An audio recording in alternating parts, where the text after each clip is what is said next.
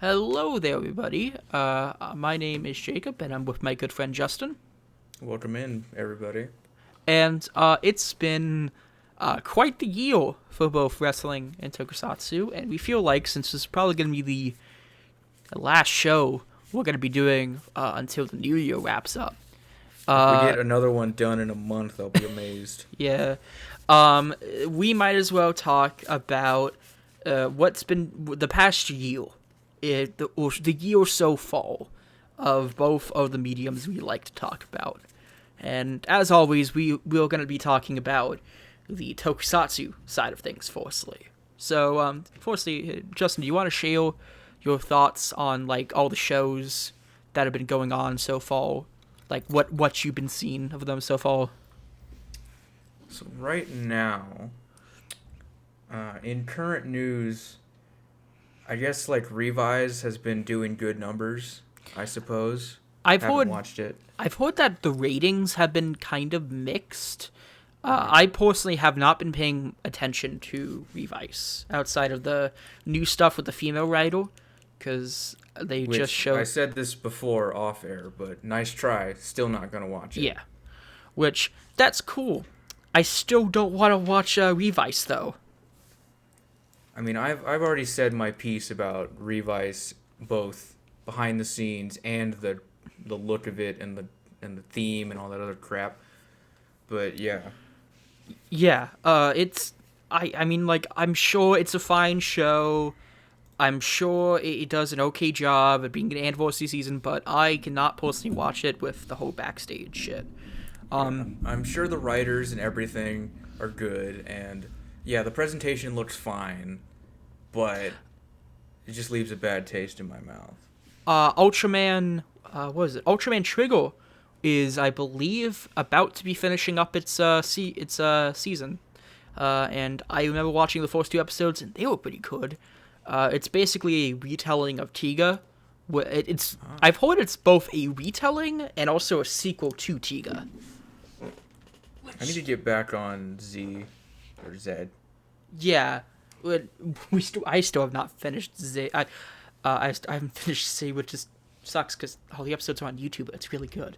Yeah, speaking of that, like, damn, Toei, you're just gonna put all your shit on YouTube? Cool. Not all the shit. Like they only have like the first two episodes of most Rider series, and they haven't released any Sentai. Damn. Yeah, sucks, but it happens. I heard Trigger is very good. I know that by the end of this year, the TDG project, which is Ultraman Tiga, Dyna and Gaia, that trilogy, that is going to be released by the all on DVD stateside, fully subbed, by the end of the year. Ultraman Tiga's DVD has been released, and I got it. It's basically the same as the old Funimation DVDs, but slightly touched up. I decided to, in order to not waste money, I'm going to finish Tiga before I buy the Dyna DVD, which I believe just released, and then of course the same thing with Gaia. But it's great that that is getting physical releases. Of course, they also released Ultraman 80 and Ultraman the Animated Series on Blu-ray and DVD, respectively. I haven't heard anything really about either or. I'm sure I've heard Ultraman the Animated Series is pretty good. I haven't heard much about 80, though. 80 is just weird to me, though. Because mostly the name. Like, why? Ultraman, are you saying AT or AD? It's AT, like because it was made in 1980. Okay. Yeah. Interesting. Speaking of physical releases, probably something that we discussed on the show beforehand, but is finally being released, the Kamen Rider Zero One Blu-ray. That is going to be released in January, and I already pre-ordered my copy. I should probably get that. Yeah, it retails for about $40, and apparently it uses the broadcast cuts and not the production cuts. So it's not as high quality, unfortunately. But interesting. I'm getting it more for the novelty of it because, like, fuck, man, I want to see these more. I want to see these releases more. And hopefully we're gonna be getting more since, one, they seem to be pushing for more and more Raido stuff in the U.S., as we'll talk about later. But they also are going to be releasing the Kamen Rider manga in December, which is probably in a few weeks by the time this gets out. Or, hell, maybe it's already released by the time this is released. If it's anything like the Go Ranger manga, I'm sure it's going to be really good. Yeah. I've heard the original Kamen Rider manga is a bit different than the actual show, and it's a bit more darker, so that should be fun. Yeah. Speaking of Kamen Rider, just some bit more, because New York Comic Con, I believe, wrapped up or is currently still going on, and there was some announcements on Kamen Rider in the US. So we're going to be getting some new shorts based off of Kamen Rider Gaim, Revice, and the 50th anniversary short. Premium Bandai, we're going to be getting the Kamen Rider Tamagotchi and the V bracelet. The Tamagotchi is it's basically as expected, and it looks nice. They have one for, I believe, Kuga and one for Ichigo, so that's fun. You have the Kamen Rider manga, and you have the what is it? So Stonebot Comics is going to be releasing the translation of the Kamen Rider Kuga manga, and they're also releasing they're releasing an original content for 01, so they're releasing their own comics, kind of like how the Ultraman comics are. Which that sounds pretty fun. And I don't know much about Stonebot, but I would be willing to read the Kuga manga, since I remember when we watched Kuga, it was really good. Yeah, Kuga's great. Yeah. 01 will begin streaming on January 1st, 2021, so as soon as the new year starts, on Tokushatsu, meaning it's going to be streaming, I believe, on their Twitch channel and maybe also on their website. The Blu-ray notes about the Blu-ray is that it has the hard subs, original audio master from Toei. It removed interlacing, which I'm not entirely sure what that means. Not entirely sure either. Yeah. So according to the Q&A from the show, from some of the people involved in Team Rider, which are David and TJ. I'm reading this off from Toku Nation's article on it. On the topic of 01's about stuff on more stuff on Blu-ray, they say that if 01 does well, then they can approach releasing more stuff on Blu-ray, and I hope that means so, because I know they're going to be if this does well, then this means we could have W on Blu-ray, or we could have Ichigo on Blu-ray, and I feel like that could be really good for getting more exposure. Although, admittedly, streaming is probably the better way to do it. Only hardcore fans are going to be really caring about, about physical releases. Yeah. Which is true. Like, I love collecting, like, Blu-rays and stuff, but it's so much more convenient to just pay $10 a month for a streaming catalog instead of like $50 once for a show that you may or may not like. SH Figure Arts, apparently they're working on more SH Figure Arts stuff. They've been looking into expanding in more territories, I believe, into Latin American territories, so that's really cool. And that is pretty much it for stuff in relation to So, what are your thoughts on all this? I think I'm really glad that I got into this as, like, all of this was starting to get more worldwide, We're getting more things that are coming to America and stuff like that. Yeah, like, just the other day, just the other day I mentioned that I got the 01, not 01, Zio's Rider belt from a local shop, because I believe they're importing it to both local vendors and also like places like GameStop. I know sells them now. Like I have a model shop that's mainly about like model trains and shit, and they just have like a couple copies of Gaim and Gio's belt, and it's awesome. I wish I'd like had the money to buy them because I'm spending money on tons of other shit, but like those belts are dope. Like Loxies are cool. I like Loxies. They do look really. The only issue is, of course, they're really expensive. Yes.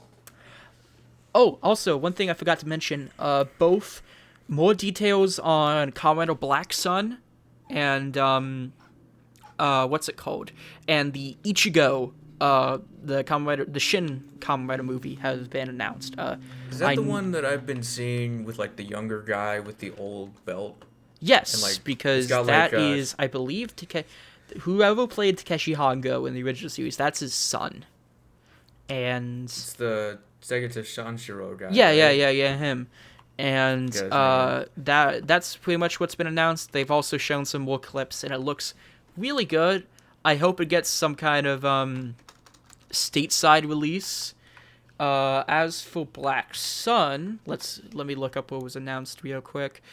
I've heard it seems nice. Okay, so this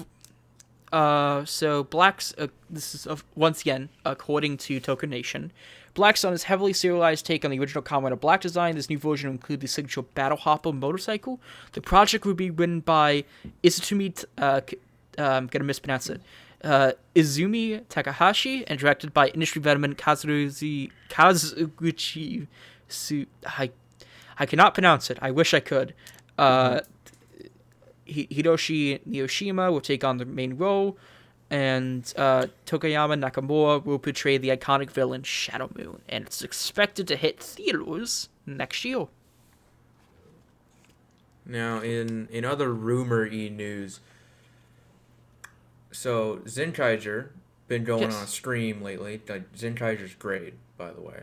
Oh yeah, I've heard it's really good. I haven't had time to watch it, but I know it's really good. The 46th Super Sentai, Dan Brothers, Juran and Kaito will be making an appearance in it. Ooh, nice. There's been like a lot of rumors with like stuff like that. There's not much known about Dan Brothers, but I can't wait personally. Yeah, I remember I was hearing somewhere online. I don't know if this is true. I don't even know where it even came from. But I think I'm only hearing somewhere that they're considering, like, doing, like, a second season of Zenkaijo or something. But I don't think that's true, considering the fact that you just mentioned the Don Brothers thing. I feel like it's kind of going to be like a sequel series, sort of. Which is going to be interesting, because they haven't done that since Denji Man and Sun Falcon. Those are the only two sequel series in, official sequel series, that is. Well, I mean, like, Sentai. Super Sentai's always had a bit more of a not formulaic. I know it's got a formula of what it's trying to do, which is every year, new Sentai, new people, maybe a little bit of connection in the movies, but for the most part, every year we start over, new series, new thing. But, you know, there's been some connections. You know, it's kind of like what Power Rangers did, you know? Yeah. I mean, I think if they go down that route, where it's like a mini, like, hey, you know, this is what happened. That's it. Yeah. That's fine. Just, you know, and I hope one day to actually finish Zenkaijo, because I have not watched the series since episode 15 or 14. And, yeah, that's what getting a job does to you. And, okay, so, like, we should end this off with my thoughts on the first Sentai. Oh, wait, real very quick. First Sentai. Real quick, I want to mention two things. Yeah. One, I think, I don't know if we mentioned it last time, but Dino Fury season, part 2 of the fourth season. Yeah, was released on Netflix. Season. And I need to watch it. I've heard it's good. I think Lord Zed returns in it. He does. He does. Okay, which is also dope. Good, because, like, fuck, I love how Hasbro keeps doing the bringing in shit from the past and actually have it make sense. Like, not just, wow, it's that person from the past. Well, there was that dinosaur crossover from Beast Morphers that was kind of bad. Yeah, but I mean, that's like one of the few things I Wow, can really think of. the That's Dino Fury Rangers or the Dino Thunder Rangers. Yeah. None of them are actually here, but they're here. Cool. Great. Awesome. So And glad. also, one last thing I need to mention is the 10th anniversary. Well, firstly, the 10th both two anniversary actual anniversaries. Go Kaijo's anniversary movie, the V Cinema, just got released a few days ago. It's not subbed yet, and I've only really seen clips, but it looks fun. And the trailer for the 10th anniversary of Kamen Rider O's V Cinema, that was teased. And the teaser trailer was released, and it's scheduled to be released in August. All right.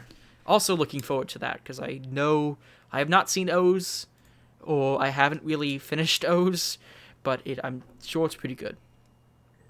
So, how much do you know about the very first Sentai? Well, I know it had a dub in Hawaii in the 70s. Oh, I know that I obviously read the manga adaptation. yes. I have also seen at least the first 2 episodes. I know that the Yellow Ranger in the show, he gets swapped out for another person, and that person dies, and the other one returns. And that's pretty much it in terms of things I know of. So I am currently like 7 or 8 episodes in, and oh boy, it's definitely a series. That's for sure. Is it good, or is it one of those things where like it's the first series and it shows? It really does show that this is like the first time they're doing any of this, and it's like, yeah, this exists. Cool. There's not a lot of substance here. I'm surprised it made it 45 years. Jesus Christ. Like, when did this series start getting good? Is my question. Well, maybe it's like one of those things where like we're so used to how Sentai is now, or how Sentai was like after Power Rangers, that we kind of forgot that it used to be really simplistic, because So it was really simplistic. There ain't jack shit in this, but you know we're still crawling through it, and it's like Jesus. Okay. This sure is some 70s. yeah, I really have not watched much of any tokusatsu in the past. I've watched some episodes of. So, funny story, I actually have been watching Ultraman Tiga, but at school, because I am finished with. So, I'm in film class. Yeah. I got my project done early. So for like 5 days, like basically a week, I packed my DVD of Ultraman Tiga and my hard drive with some tokusatsu on it, and I would just watch that for about a good 40 minutes. And it was awesome. I can really see what people mean when they talk about Showa. Like, Jesus. Yeah. This is some old stuff, man. I mean, It's like watching Hogan's Heroes. Like, Jesus Christ. I mean, a part of me, like, the Showa era tokusatsu does interest me, because, like, there's a level of charm to it. Like, you get the feeling, like, it does kind of give me, like, a kind of a, an old school vibe with very, very cheap effects. Did you ever watch the Adam West Batman? Yes, I did. It's basically that. Well, I mean... Very much that. Well, the thing is like, I get the feel... Compared to Jacka, especially compared to Jacka's later half, I don't think it's, like, as goofy, but it definitely is kind of a bit, wacky. And I mean, it's kind of the same as what, like, comics were in the 70s and 60s, Very it's simplistic, a little wacky, formulaic, very simplistic. that kind of stuff. So, yeah. It's very formulated, too. But yeah, Go Ranger definitely exists, and the only reason anyone remembers it is because it's the first. I'm sure. Well, Only maybe it's one of reason. those things where, like, as you watch the show, it gets better. I hope so, because there's like 86 Yeah, it's the episodes of this longest shit, series. The good thing is and that when it's you gonna get to take Jacka, forever. it's only like 40 or 30 episodes. It's I not long for long a short series. because it was like one of the most rated shows in But like I'll get to Jacka like in the middle of next year. probably, yeah. Unless you want to commit to doing this like daily, but even then that's Well, gonna be I have to do it with other people's schedules, so yeah. it's a little harder. But yeah. So So Go Ranger, it's some 70s, man. It is the 70s Superman of like Power Rangers and now shit, would you say man. it's like an outright bad show, or would you just Is say it like it's bad? No. If you put this in front of a 70s child, they'll watch it. Is it interesting? Also kind of no. Also the main bad guy is the KKK. oh yeah like that. It's just Like like, yeah, that's what that it's is. funny because both the original villain of Go Ranger was the KKK, and fucking Kamen Rider and Ichigo it was Nazis. Like Shaka was just a bunch of fucking Nazis. Pretty much. They do like the hand thing. Yeah, they do the salute. I think it might be mentioned in actual canon that they were all former Nazis. It might have been that. I Well, and believe you. also in I believe Commodore X there was not either X or Stronger. There was the Starfish Hitler. Oh So yeah, Starfish Hitler. a Oh boy. lot of fucking that kind of stuff. But yeah, Uh, it's funny. We said this was the shorter one, but this is taking a while. well, granted, also we're talking about a lot of stuff. Yeah. Like it's not just one particular thing. Okay, so I won't I- say that Go Ranger's outright bad, but it's not going to be my favorite once we're said and done with all the series. Oh, I can't wait to get to Die Ranger. Die Ranger's going to be amazing. But that's gonna be like like 7 years from now. You know that, right? Pretty much. You have 22 Unless- seasons before Once you we get to do Die this Ranger. more often, once we can make it like a part of our schedules, this is going to take forever. So There's I also think the fact that we're doing videos on this, so it's gonna take a long time. oh yeah, But yeah, like I tried doing a project like that very similarly. It did not get through the full, like even the first fucking draft because like tokusatsu shows go on for a long time. They're 50 episodes and they can get very repetitive. Especially if there's a lot I of should filler. just do this for like short Netflix shows. That would be so much easier. Yeah.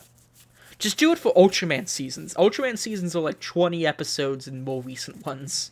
I could just do this for Power Rangers, and it'd be so much easier. Well, also This because is then probably you why won't have to. Lucara was able to do it. Well, because you won't have to pay as much attention because you won't have to read subs. Nah, I can just put the shit on in the background, not know what's going on. But yeah, I guess this is time where we talk about let's talk about professional some wrestling. wrestling. Yeah. Firstly, there was firstly since it was the most recent thing, I believe, All Out. Not All Out. Full Gear was just as of the time we're recording this a little bit under a month ago. Mm-hmm. And I liked it. Like, it didn't feel as big as All Out, despite the fact I was really hyped for it. But it was definitely a good show. Did you? Why are like half of AEW's shows like a variation of All Out, like Full Gear, All In? It's like, okay, we get it. I don't know. Maybe it was just one of those things where it's like, they have to think of something, and they don't know, like, a good word for it. I mean, part of me really wants like Cody Rhodes to win that whole legal thing so that he can start using Bash at the Beach again. Well, he was able to use Bash at the Beach for one show. Like, I want WWE to completely forget about like War Games and Halloween Havoc and just give them all to Cody, and just let him do it because he'll use it better than NXT does. Yeah. Quick rundown of the event for those Yep. who either forgot about it or haven't watched it. Um, Hikaru Shida and Thunder Rosa defeated Jamie Hayter and Nyla Rose in a tag team match for the pre-show. Oh yeah, don't get me started on this fucking tournament. We'll talk about that in a quick second. MJF defeated Darby Allin at 22:06.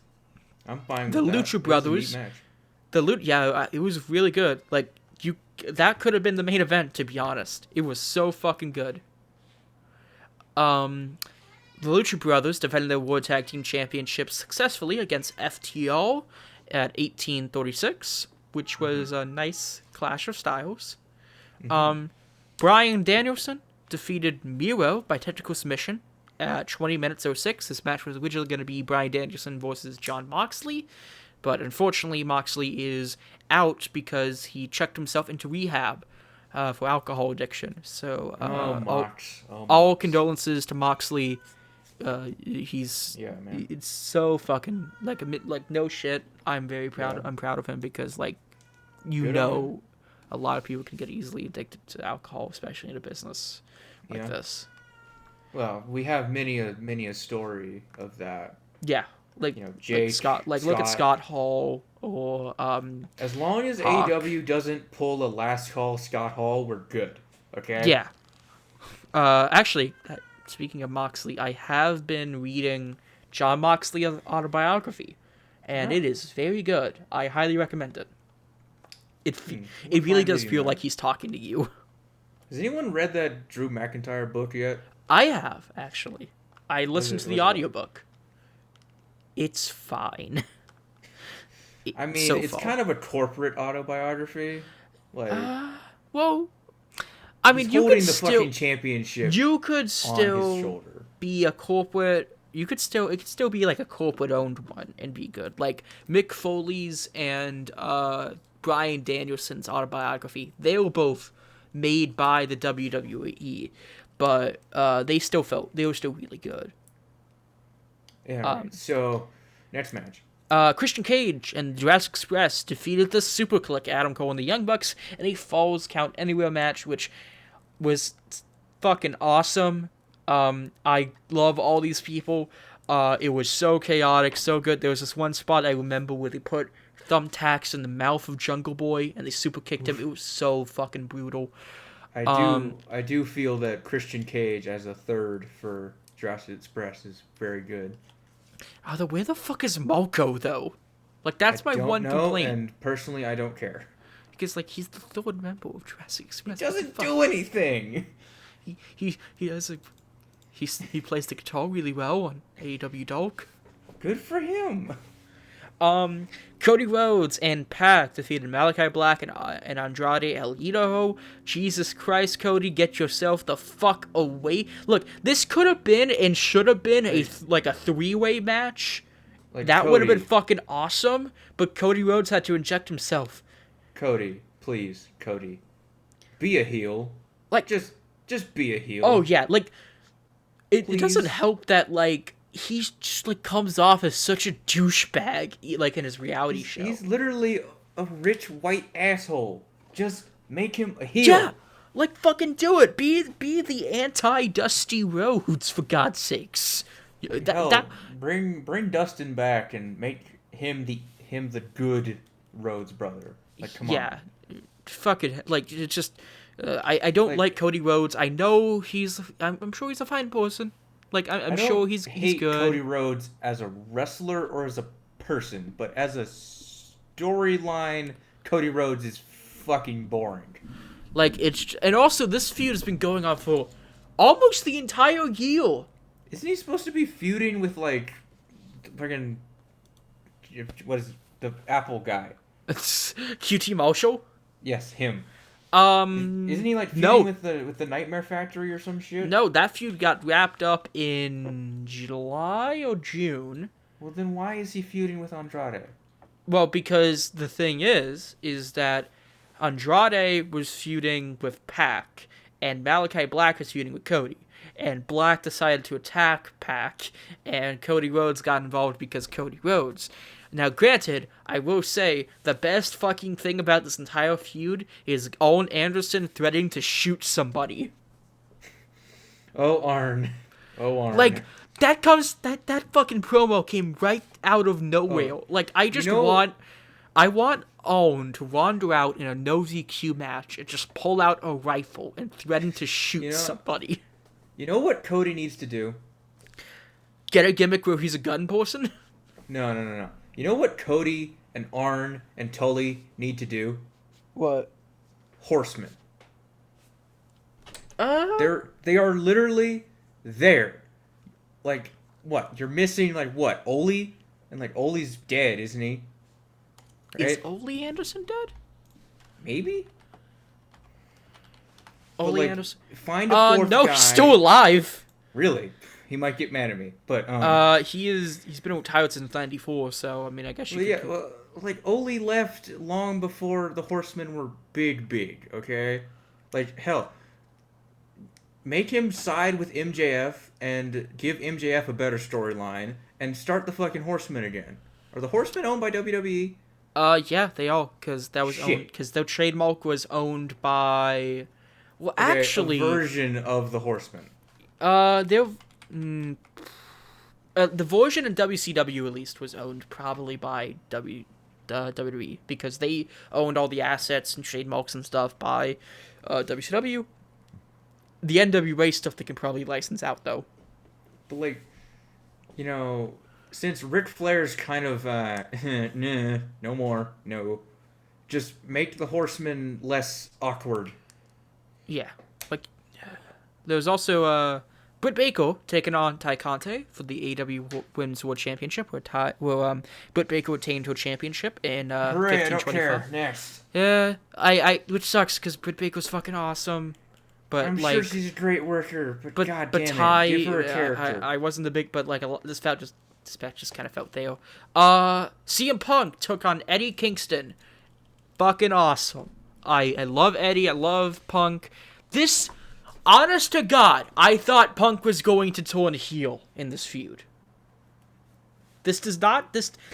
I hope to God this is not their only interaction, because I know CM Punk is feuding with MJF now, as of the time of recording this, but I want fucking Eddie Kingston and CM Punk to have a second match, and then probably a third match. Just have them wrestle all the fucking time. Like, that is fucking awesome. I mean, like, so, what is CM Punk's deal right now? He's basically a face. He's a baby face. When he showed up, he started, like, a friendly competition with, like, Darby Allin. Yeah. And now why is he fighting Eddie Kingston? He fought Eddie Kingston because Eddie Kingston interrupted him in a backstage promo.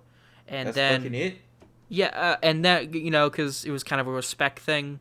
And then they CM Punk is like, okay, I want Eddie to apologize to me on Rampage. Then Rampage happens, and they have this huge confirmation, because CM Punk says, you know, I used to, you know, I thought that you could do better in this business. I thought that you could do well, but it turns out it was a damn shame that I thought that, because clearly you don't hold the standard that people in this business should be holding to you. And Eddie Kingston is like, shut the fuck up, bitch. I'm better than you. You know that. I fought for my entire fucking life to be here, and you're not going to be bringing me down. Hey, I hope you retire for another 7 years. That kind of stuff. Like, CM Punk is just kind of there, honestly. He's there to give everybody a great match because he is CM Punk. I think that's going to be here. his... I think that's going to be his thing for a while, but what I really hope... That's the problem. His entire idea right now is, I'm CM Punk, just give me a guy to work with, and I'll give you a great match. That's it. What I hope is that they make him... They have him turn heel. I don't know, start up the Straight Edge Society again. That was cool. No, I think... Because here's the thing. Heel CM Punk is, like, some of the best work he's ever done. Like, like, he's fucking awesome as a heel, and I want him to be like that. Like, hell, just, like, have him say, hey, you guys wanted me to return back, well, fuck you. It's gonna be the way I want to return. So if he just does that, I feel like he could be really cool. I mean, like, he was a heel throughout most of his WWE time, right? So based even on when my he got memory, the championship, he wasn't really the good guy, okay, right? so based on my memory, what happened was this. He originally debuted in like 2007, 2006. And then I believe in 2009 he turned heel and did the whole, oh, I'm better than you because I'm straight edge shit. And did that pretty much until late 2013, where I believe he turned babyface in midway through a title reign, and then turned heel again when, by the time he lost the belt, and then pretty much then turned, I believe, face again later on during his feud with the Authority and the Shield, and then he left as a face. Uh-huh. So, but I think he's obviously better as a heel, in my opinion, because like he's fucking brutal on that microphone. I feel like his best shot right now is like after Moxley comes back, they need to have a clash. Oh, that would Because be like so Moxley fucking and cool. him would go to war. Man, they would just fuck each other up. I could see that, and that could also possibly be linked back to the whole Eddie Kingston thing. Man, Because like if you want a guy who can just wreck the shit out of people and is a great worker, well then you gotta put him in a storyline with another great worker, right? well, that's what You can't they just did put with, him in a that's match. kind of what they did with Eddie Kingston. But I feel like this is kind of a slow burn sort of thing, where eventually, I feel like they're gonna turn Punk heel, and Eddie be like the super babyface, and I want him, and I hope that means eventually Eddie wins. This causes Eddie to win the AEW World title, because he's so fucking good. Who's the current AEW champion? We'll get to that because Oh right. yeah. So moving on from this, we have second to last match, Inner Circle not defending Inner Circle. That's Jericho, Hager, Guevara, Santana, and Ortiz, taking on the Men of the Year and America's Top Team, in a Minneapolis street fight, which felt just kind of there. Like, it was built a lot, but like I didn't have, like, I was just more like, man, can we get to Paige and Omega? I really feel like the Inner Circle's kind of losing steam at this point, aren't they? Yeah, kind of. I feel like it's run its course. And it sucks, because America Top Team is pretty good. I love Dan Lambert. He's such a good heel. Yeah. But yeah. But like, it's kind of like the NWO. We have the split, and now we're just kind of floundering here. After this, it was announced that Jay Lethal signed a contract for AEW and was going to wrestle, and did wrestle, Sammy Guevara for the TNT Championship, which he lost. But now Jay Lethal signed, which I was initially very exciting about until I looked up the allegations against him that was made during Speaking crap. Out, and I'm like, fucking hell. Like, Well, that sucks. and of course, the main event, Hangman Adam Page defeated Kenny Omega after 2 years worth of build-up to win the AEW World title, and it is so fucking awesome that he won the belt. It really is. Yeah. But my question is, where do we go from here? Well, firstly, he is going to be facing Bryan Danielson on December 15th at the Winter is Coming event. And I think based on what's been going on in programming, Bryan is kind of a bit of a heel now. By heel, I mean he's kind of in that weird in-between space where he's not exactly a heel, but he's not a face either. He's kind of a bit of a tweener. But he's leaning more on the heel side, I would say, because he's constantly beating up the Dark Order and kicking the fucking teeth out. I mean, like, what has Brian really been doing this whole time, honestly? Brian was, well, one, he challenged Omega for the AEW World title. He then was competing in the tournament for the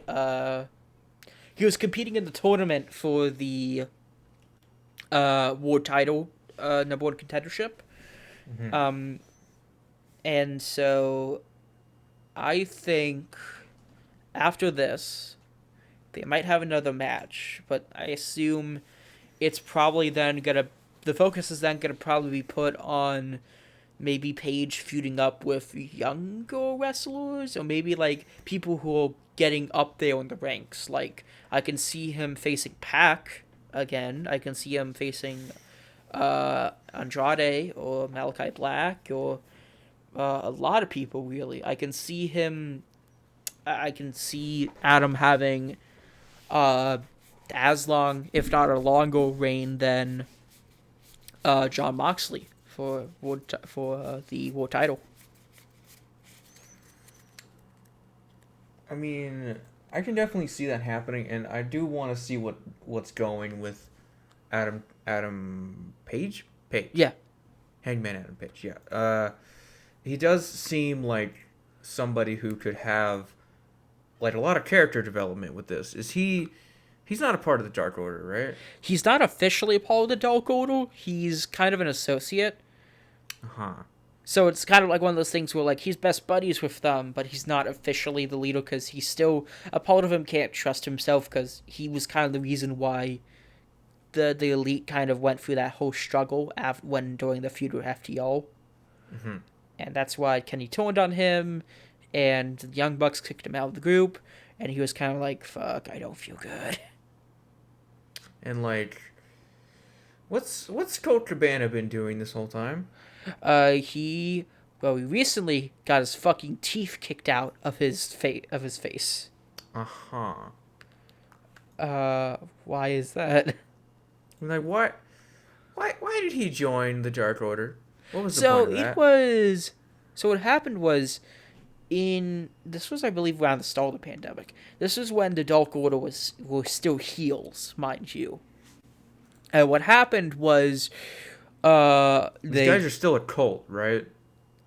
Honestly, I don't think so. I think they're like, they say they're a cult, but they're just a bunch of dudes. They still use that like join the Dark Order thing, right? Really for the entrance video, like nothing else. They're just kind of a group that just hangs out. So because basically what happened was, obviously when they were still heels, they weren't doing as well, even with Brody Lee, and then unfortunately, Brody Lee, unfortunately passed, and they kind of had to turn them babyface. I guess. Though, they kind of had to do something else with them because they couldn't quite continue with that. yeah. thing. So they were like, okay, we'll just be kind of goofy baby faces, which admittedly was the whole thing on being the Elite, which is what got them over in the first place. Plus, that means we get to see more of Evil Uno and Stu Grayson, who used to be the Super Smash Brothers in Chikara and Ring of Honor and PWG, and they were super fucking good. But yeah, it was, that show was really good. I felt like All Out was still the better show, but in terms of stuff I wanted to see happen, this was so fucking good. I loved it. Meanwhile, on the other side of things, Oh. this shit sucks. Okay, I did not watch Survivor Series, for the record. I'm not Don't really watch gonna. it. I don't plan to, so I'm not gonna share my opinions on how the matches were. Oh, and But I don't what I mean did just see- Survivor Series. I mean everything else. Oh yeah, but Good what I God. did see though was the fucking Pizza Hut Battle Royale. I'm sorry, what? So so they had a Battle Royale, in tribute to The Rock because. Oh, that's right, that bullshit. Yeah, because apparently the whole show was dedicated to The Rock because it was the 25th anniversary. But he didn't even show up in the fucking show because he was filming a movie in another country and so Yeah, he The couldn't Rock even is appear. kind of fucking busy, WWE. You want to But call they back decided later. to build the entire show around him, despite he wasn't fucking showing up. So then so fortunately there's the whole egg shit, because they have The Rock has. So before we this, get into how stupid this is, watch Red Notice, by the way. It's Is it very good? good. It's good. It's Ryan What Reynolds exactly and The is Rock. it? It's so good. It's kind of like it's kind of like Indiana Jones meets uh, a like it. Okay, it's Indiana Jones meets National Treasure, Okay, that sounds good. and it's got The Rock and Ryan Reynolds and Jared Leto, and they're all really great. Just watch it. This, on the other hand, is fucking stupid. Vince comes out, he has a golden egg, and he's like, "This golden egg is worth so much fucking money." That's my Vince impression. Right here, pal. Yeah. And then, oops, the egg got stolen. I gotta find out who did it. And if you don't find out who did it, it's your ass is Adam Pearce and Sonya Deville. And that got eventually resolved in Raw, I think. I think. Yeah, it's like it's Austin Theory, and then like on SmackDown, he is so nice to Austin Theory. They start like watching a movie or something, and he's like, "By the way, if you ever steal from me again, I'm gonna have you killed." Like, okay, shit. Jesus Just Christ. recorded you having a death threat. Okay, I could cool. see Vince McMahon wanting and trying to kill somebody. Probably. He would do that. There was I don't that know. one time he tried running over Triple H in a call. All right.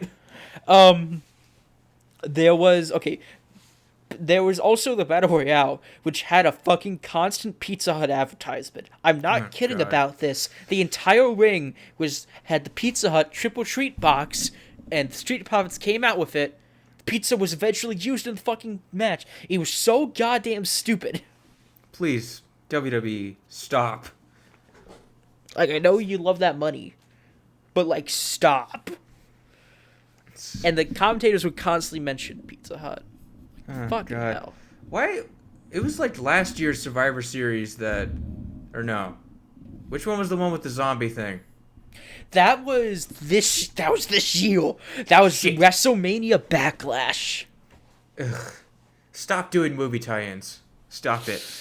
Oh, okay. These guys don't even work for you anymore. Like, once you have a movie that you're actually promoting, then you can do this. Like, it's still stupid, but it makes slightly more sense.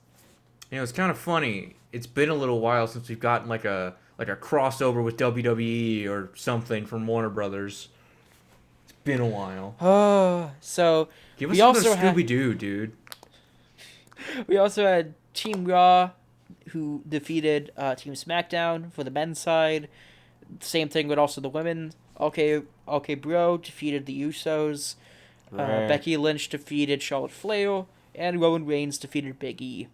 Okay, so were any of these title matches? No, they were all champion versus champion matches. Then what the fuck's the point? The whole point of Survivor Series is brand warfare, and it makes sense, kind of, but also brands don't exactly mean shit nowadays. I mean, I kind of miss the ones where it's like there's actually a reason why there's like, what is it, 5 guys on each team and they have a reason to fight. Like, even if it's just like, hey, you and me are feuding, let's take 5, you pick 5 guys and I'll pick 5 guys, then we'll fight. Or if it's even a thing where it's like, okay, we want to fight to choose the better brand, that's fine. Or if it's a thing where, like, I think Xavier Woods pitched this, where the winning team receives the last 5 entries in the Royal Rumble and the losing team receives the first 5. That would actually be neat because, like, there isn't a big pay-per-view between Survivor Series and the Royal Rumble, right? There's typically TLC, but that's just kind of stale. Speaking of which, what is this day one shit? Day one is their pay-per-view for the New Year's pay-per-view. Okay.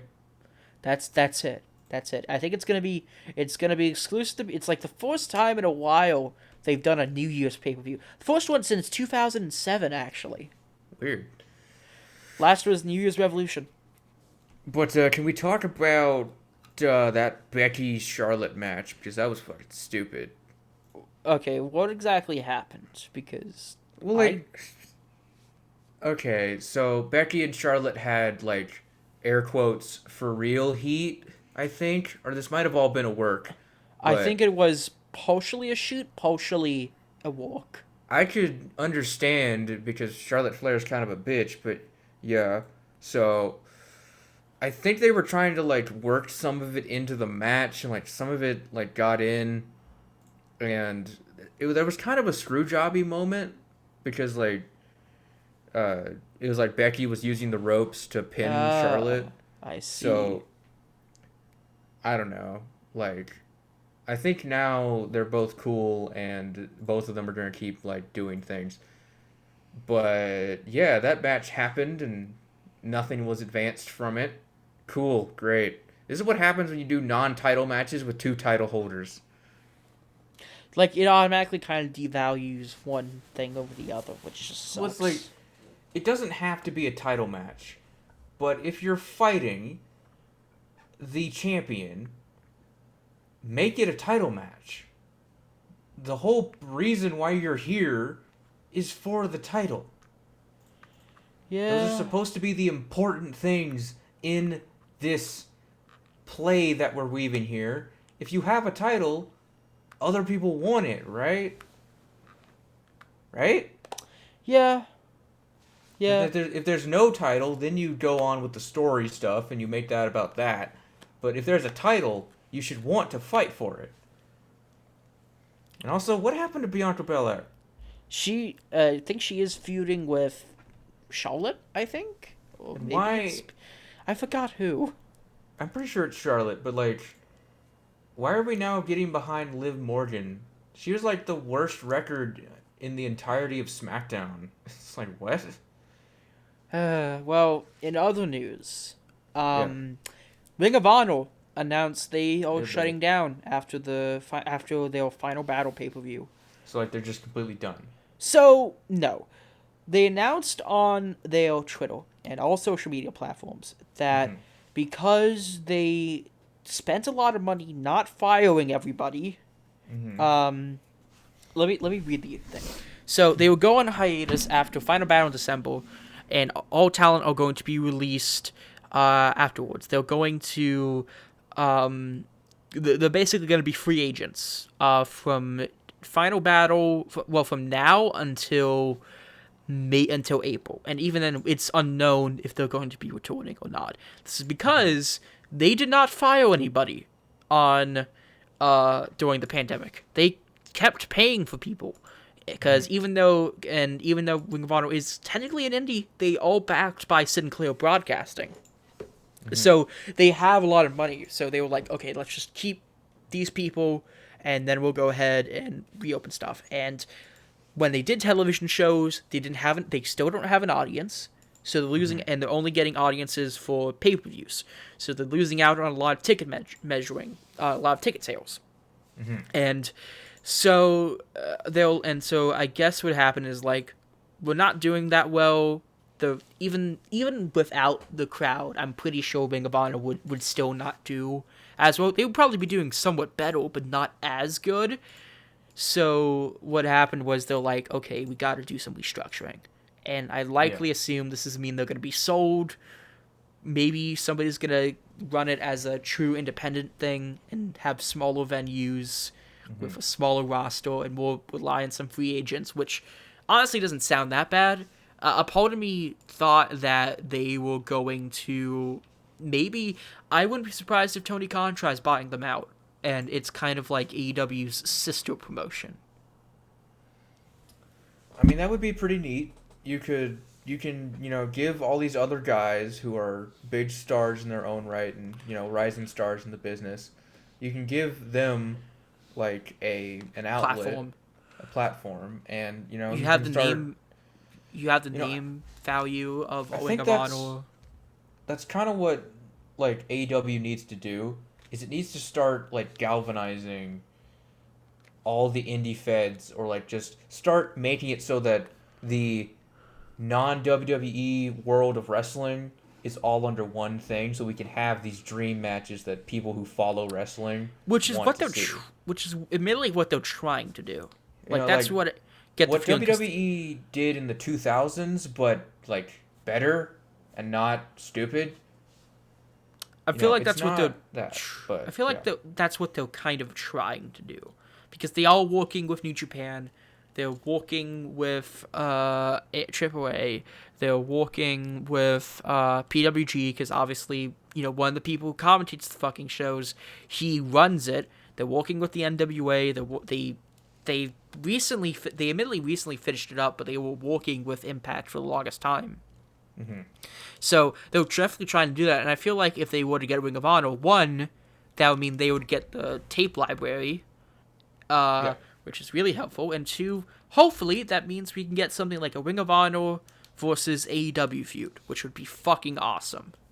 Really, like, the more smaller feds bunch up and galvanize is the more you take away from WWE and kind of like start to win the war, I guess. There's not really a war, but Win it's the showing mainstream. that this side of wrestling is strong, you know. Yeah. They just need to win the kind of mainstream audience. But obviously, an issue with that is that, like, simply, even though AEW is obviously big, like, they're pretty damn big, but they're not WWE big, if that makes any sense. They still, like, when people look at wrestling, they think, oh, it's WWE. People don't say when they look at wrestling, they don't say, oh, it's AEW. They say... The thing is that WWE has had nearly 20 years of an undisputed era where they were basically the only thing anyone cared about. And that's not even to mention them just being around since, I think, the 1950s. Well, yeah, the World Wrestling Federation has been The around for a Worldwide long Wrestling time. Federation, yeah. Hell, it's been through like 3 generations of McMahons. Yeah, Jesus Christ. 1953. That's when they first started. But I think that's really the thing that this entire conglomerate of newer feds needs is longer histories. They need to be around longer. And whatever it takes for this to continue is what they need.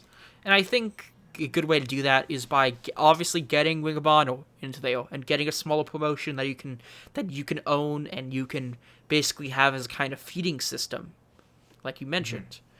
Mm-hmm. Have the talent that people are reacting to well, and put them on a bigger stage. Put them on a smaller stage before you put them on a bigger one. What I don't want is just putting all of these Ring of Honor guys on like Dynamite or Rampage. Like, keep Ring of Honor going so that you have room for all of these stars.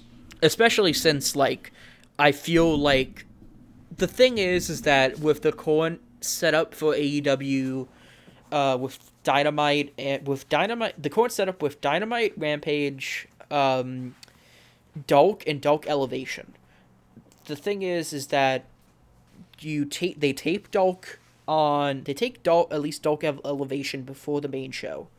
They tape then Dynamite, they do live, they do Rampage live, but they also they also probably do matches for Elevation on Rampage. But what's it called? But they do, I believe, do Dark at Universal Studios. I feel like if you have Ring of Honor touring around and having like a smaller thing and going at like only like one specific area and occasionally going to like the West Coast or the Midwest or whatever, then that might be a good thing for getting people in that area, if that makes any sense.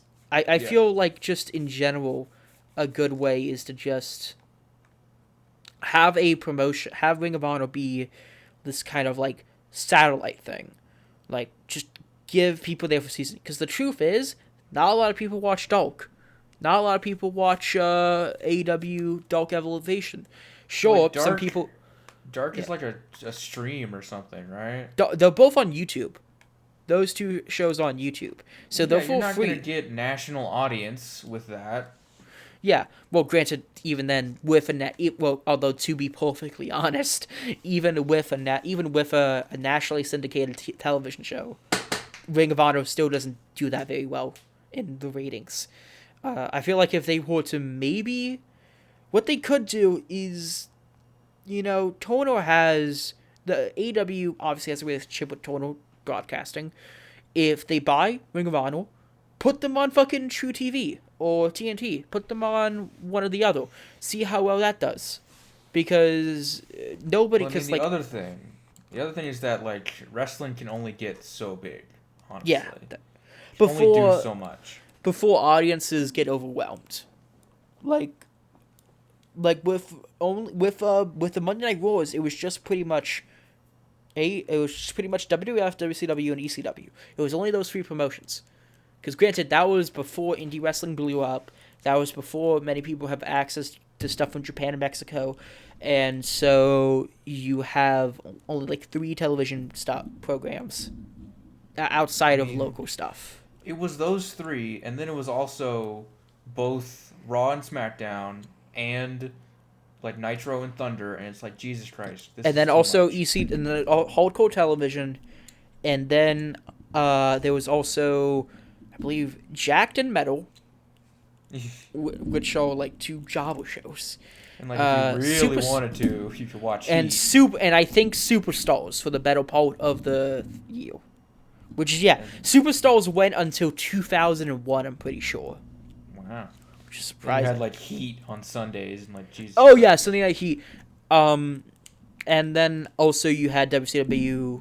Then you had WCW, what's it called? Saturday night, and then... you had Velocity for a little while. No, well, that was later on, though. That wasn't until 2002. Oh, you had Sunday night. You had WCW Saturday night. You also had, what was the last piece of WCW programming? Because I know there was, like you said, Nitro, Thunder, Saturday night. There was Saturday night, and there was also, you're right, actually. And Worldwide. There was also WCW Worldwide. I forgot about that. So, pretty much, those were like the main ones. But like the other problem is that wrestling can only reach such an audience, so it can only get so big. Is the problem? Like, yeah, WWE's big, but they've been big since the 90s. And well, actually, more like the 80s. But I see your point. And also. Yeah, and also a thing is that, like you said, they can only get so... There's still going to be this stigma behind wrestling. Like, it's going to be like, okay, well, it's a sleazy thing. I don't want to be involved with it. Or it's fake. I'd rather watch UFC or something. The average modern person thinks 2 things. 1, wrestling's fake. 2, wrestling is stupid. Yeah. There are a certain group like us who know that it's not really fake and it's not that stupid, but I think so I think that's what's really holding back from wrestling being as big as it was in the Hulkamania era and the late 90s boom period. Like, the thing is that wrestling is a thing that you have to get it, you know? Yeah. It's something you have to understand in a way. It's kind of like, I remember Raven said this once. Wrestling is a lot like comics, and how there's kind of like, once it was viewed as something like kind of, for kids mainly, for, young people, and then it's kind of evolved over time into more serious stuff. And there's, like comics, it's much like comics, it's not just, say, DC and Marvel. You have all smaller publications or in this case promotions making their own brand of wrestling with their own style, and that's something that I feel like can maybe give a lot of people a bit of a overwhelming feel, because you sit somebody down and say, hey, you want to watch wrestling? And they're like, yeah, sure. What's available? And you're like, okay, there's hardcore stuff, there's strong style stuff, there's like Lucha Libre, there's the stuff from AEW, from MOW, from CCW, all that stuff. There's it kind of overwhelms somebody, just a casual viewer, and so it's like, if AEW is the only do you want to watch something like really polished and really like good, or do you want to watch just two dudes beat the shit out of each other? That's like But well, it also depends on the viewer. Like there are some people who are like, yeah, fuck yeah, I just want like somebody to go through 20 tables. I'm fucking like that, admittedly, sometimes. But then there's some people who are like, well, I just want like a regular fucking match. I want like my old school do shit. you want AEW or do you want CZW? Like Do you Jesus. do you want Ring of Honor or do you want TNA? That kind of stuff. Yeah. Um, and it's not when I'm saying this, it's not to discredit certain styles of wrestling. Like I love hardcore wrestling. I love occasional old school stuff. I love flippy bullshit. But I feel like to an average audience viewer, it's just kind of one of those things where it's like, I'm so like you can get very overwhelmed. That's why I didn't really start reading comics until recently, because I'm like, well, where do I start? I mean, Like I've always I had a problem with like comics, honestly. Yeah, like where do I start? You could start from here, or you could start from this thing. You could read this particular story. It's like, just where do I fucking watch it?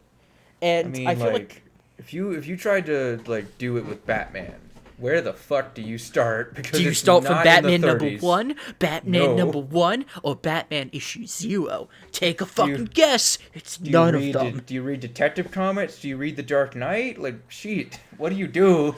So it's one of those things where it's like, I get the feeling that even if wrestling becomes so big, you're going to cut off a part of the whole major appeal to it. It's not going to be to the level as legitimate sports, unless because of how many people. Because it's not like unless you, you know.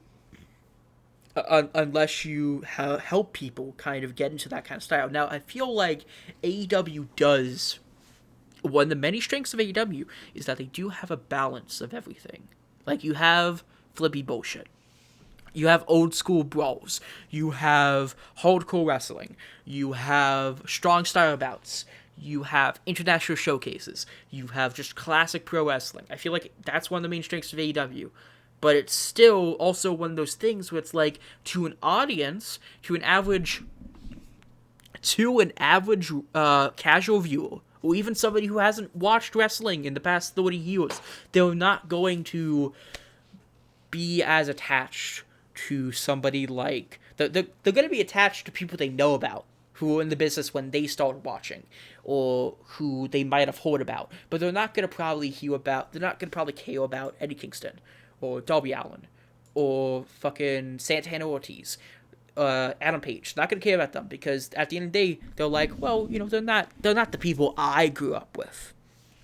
And it's not a bad thing. Like AEW is a very hardcore promotion in terms of they want to aim for a hardcore audience.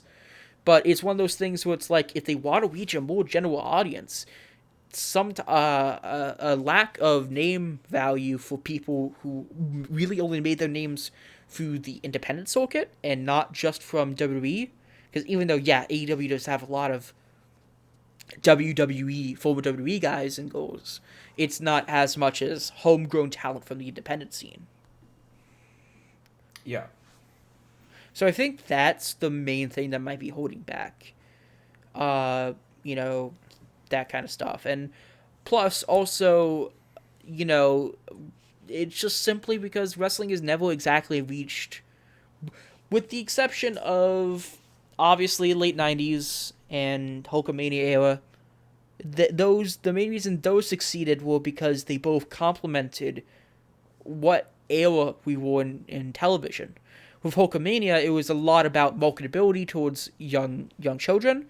It was about getting that kind of core demographic and pulling them in with colorful and bright characters and goofy storylines and stuff you would see in other sort of Saturday morning cartoon.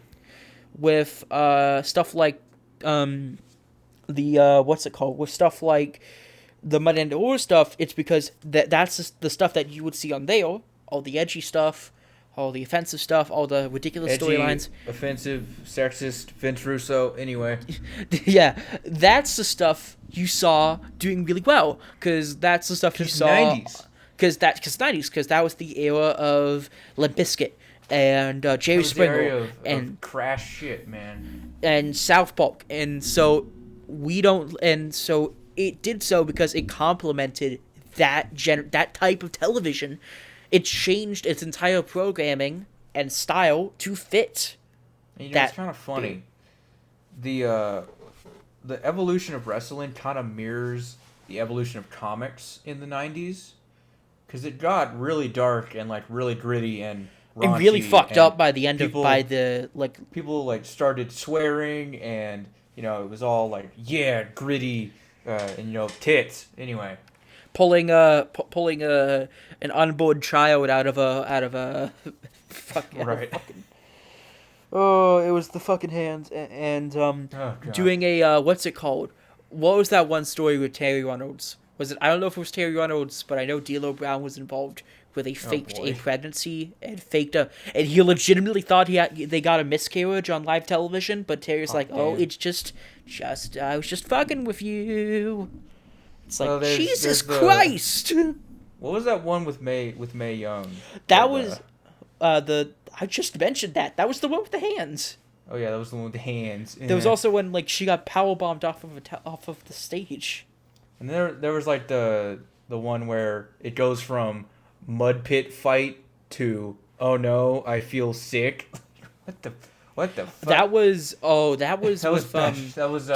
Tori Wilson at New Blood Rising. That was New Blood Rising, yeah. Because she got that was WCW. Oh yeah, and the other parallel between comics and wrestling is that it turned to shit really fast. Yeah. It was just bad. But so I think that is like what you said. What AEW, they're not aiming towards casuals, really. They're aiming towards hardcore fans, which admittedly isn't that much of a problem. But if they want to reach, basically was that there's a ceiling to how big this can get, and there always will be. Unless they change their product to really meet general audiences. Which, to be perfectly honest, is something that might not happen ever, really, again. It was, with both times, like I said, it was kind of that perfect storm of reflecting what was into the culture. And we now live in a time where that culture is changing almost every month. There's some trends, but for the most part, it's 1 week it's this, the other week it's something else. And that is admittedly how it's always kind of been, but it feels a lot more rampant, especially in the age of the internet. Yeah. Mm-hmm. So I think that's kind of, that's some of the big stories that's really came out.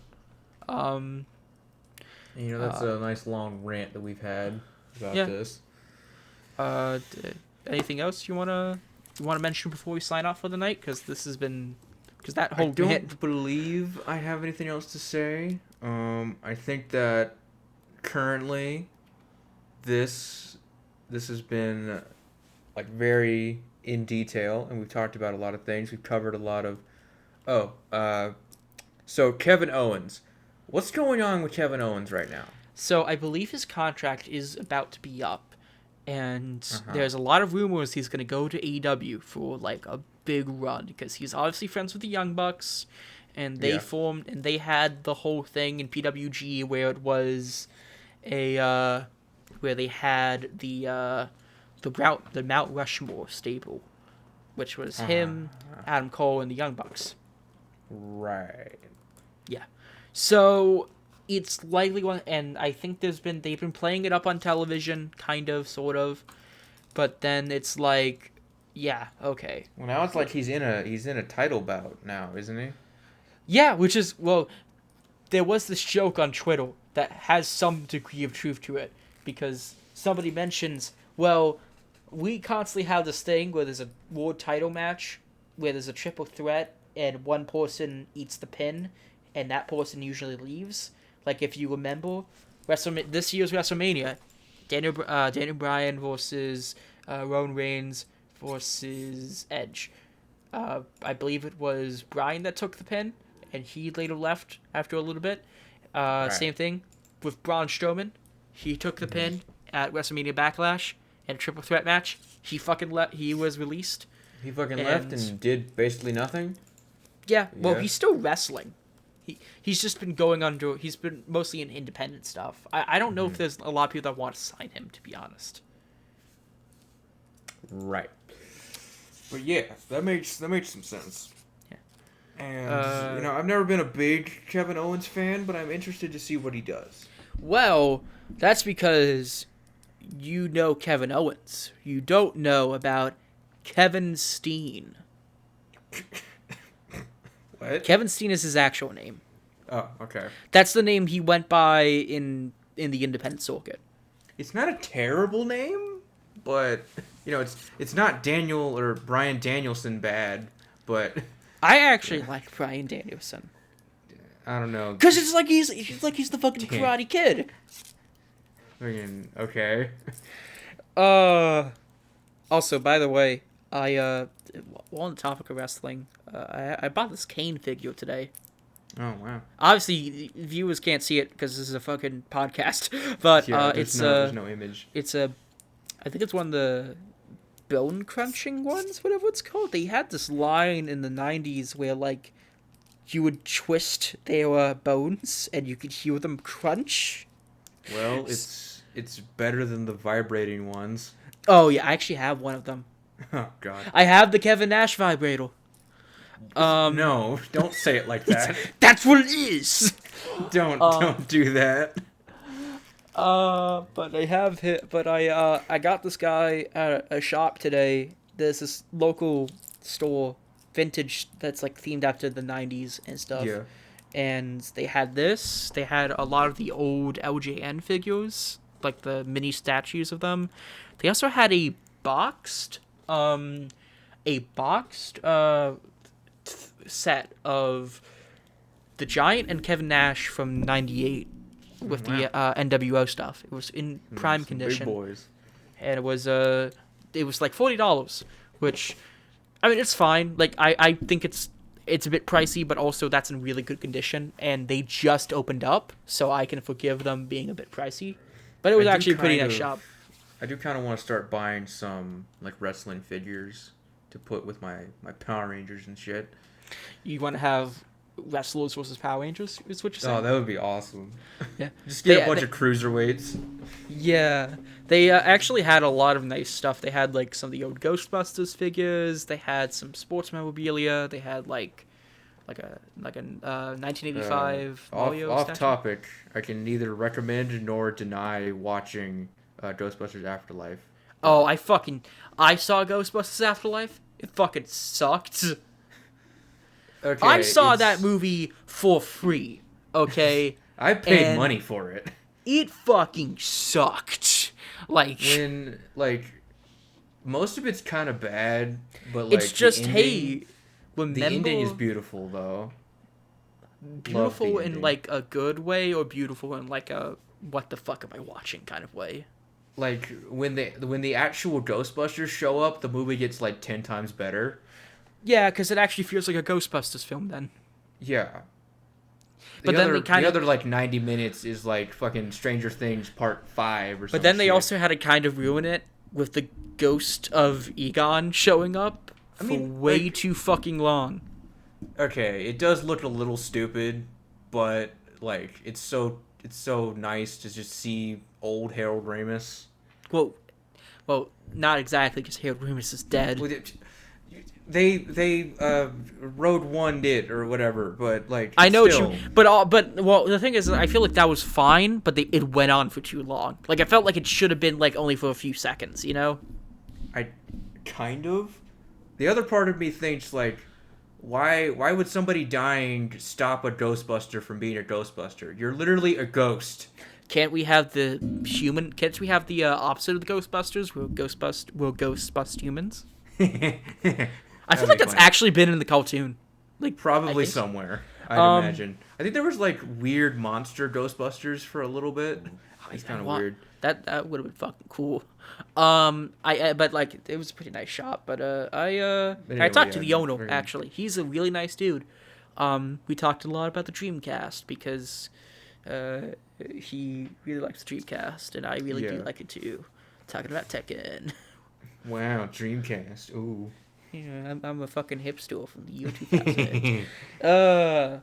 But Anyway, that's our off-topic rant for the that's night. interesting. Yeah.